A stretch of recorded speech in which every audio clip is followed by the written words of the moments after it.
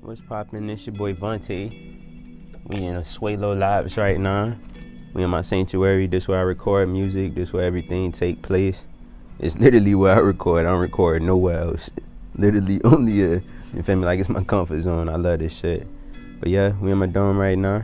About to jump in this interview. First off, I've been rapping since I was 8. Like I've been making music since I was 8. My mama actually was like over the choir. So as a kid, I was like forced to be in the choir, like without choice. So I've been singing. I actually sung before I rapped. My old girl had me in the choir, and then she used to like make me do stuff like write songs or perform songs on Sunday. Feel me? So like stage fright and stuff. Kind of got over that junk like in a young age. And then I had a cousin. He's not even my blood cousin. Is the crazy part. I got a cousin who I met through marriage, and he put me in the studio when I was 8 years old. You feel me? Like on some crazy shit.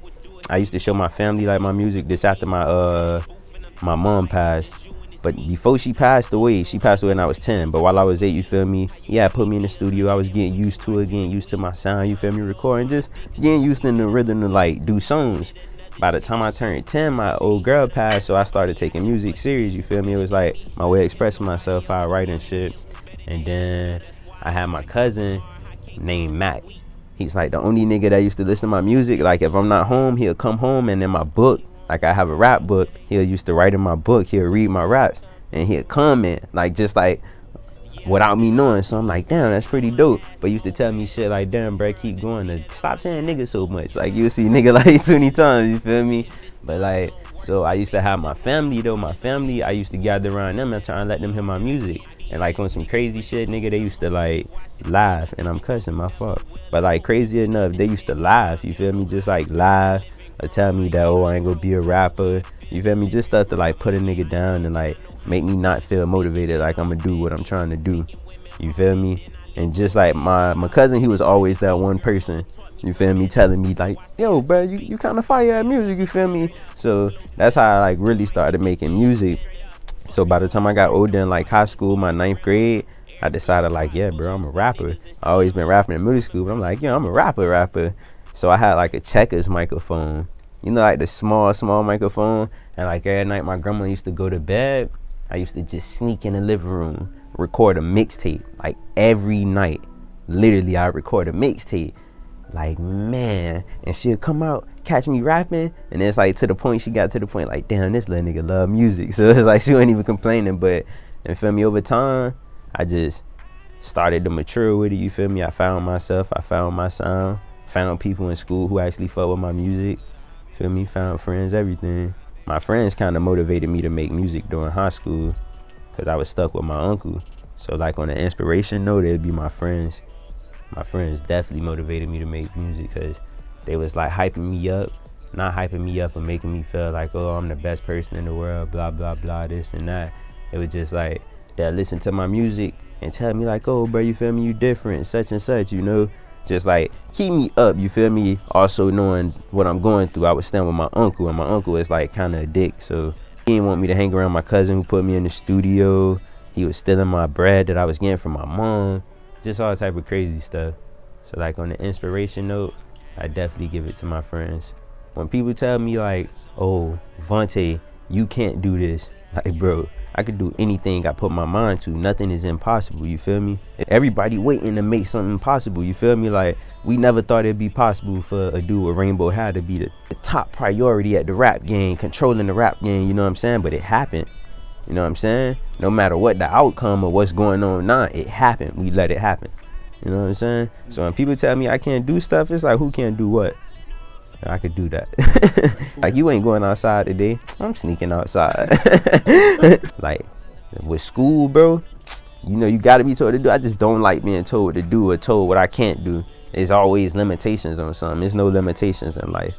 Once you get in the outside world, you basically taught that you gotta get it any way possible.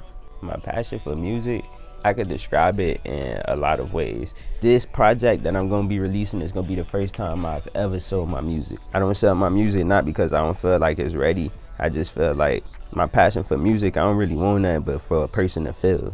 You know what I'm saying? Like, just want you to feel like listening to like X. Listening to X used to make me feel like, damn, bro, I'm not alone. Like, you feel me? Like, it's actually a person, a human being in the world just like me.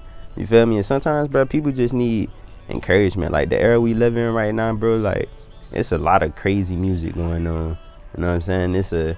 That message ain't something that, like, I would want my kids to listen to. You feel me? Like, I'm old, so I ain't saying I'm stuck in the past, but I'm saying, like, music, bro, is supposed to be uplifting. Even if you a gangster rapper, for instance, 21, you see how his whole swag changed? You gotta grow up at some point in life. You feel me? You could be the worst kid ever. I feel like I was the worst kid in high school, but, like, nigga, it just changed my life, bro.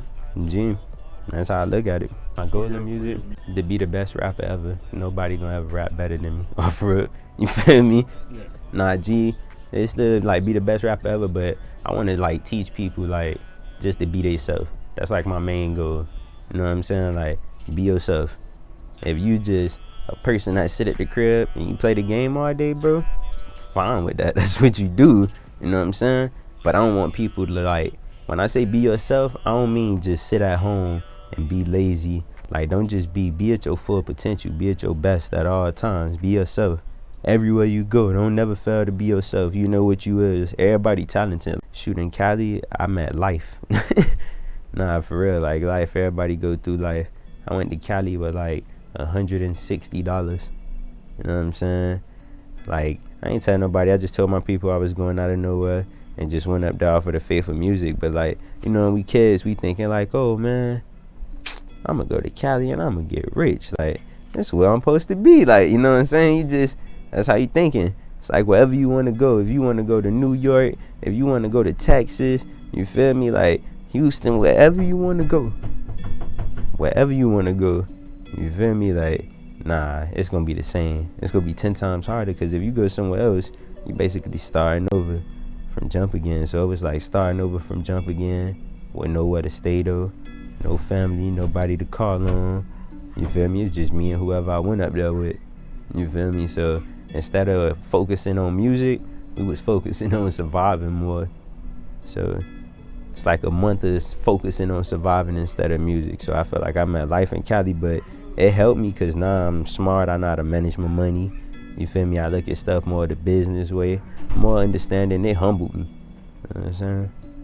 Everybody who listen to this, basically, like, the moral of the story is, like, everybody go through something. You feel what I'm saying?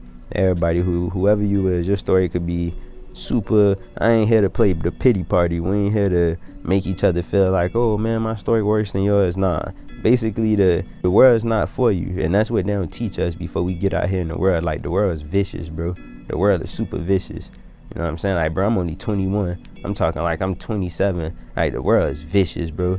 The world like to get you. So in order to be prepared in the world, bro, you got to be prepared mentally, and the best way to be prepared mentally is to focus on yourself. Focus on yourself, get yourself situated, you feel me, and never take no for an answer. Like, basically, bro, whatever obstacle against you, you can always overcome it. Story of life. Yeah, I be in my feelings, but I be in my bag more. Cause every time that I love her, she turn into my last hope. Know that I can't trust you, so I ain't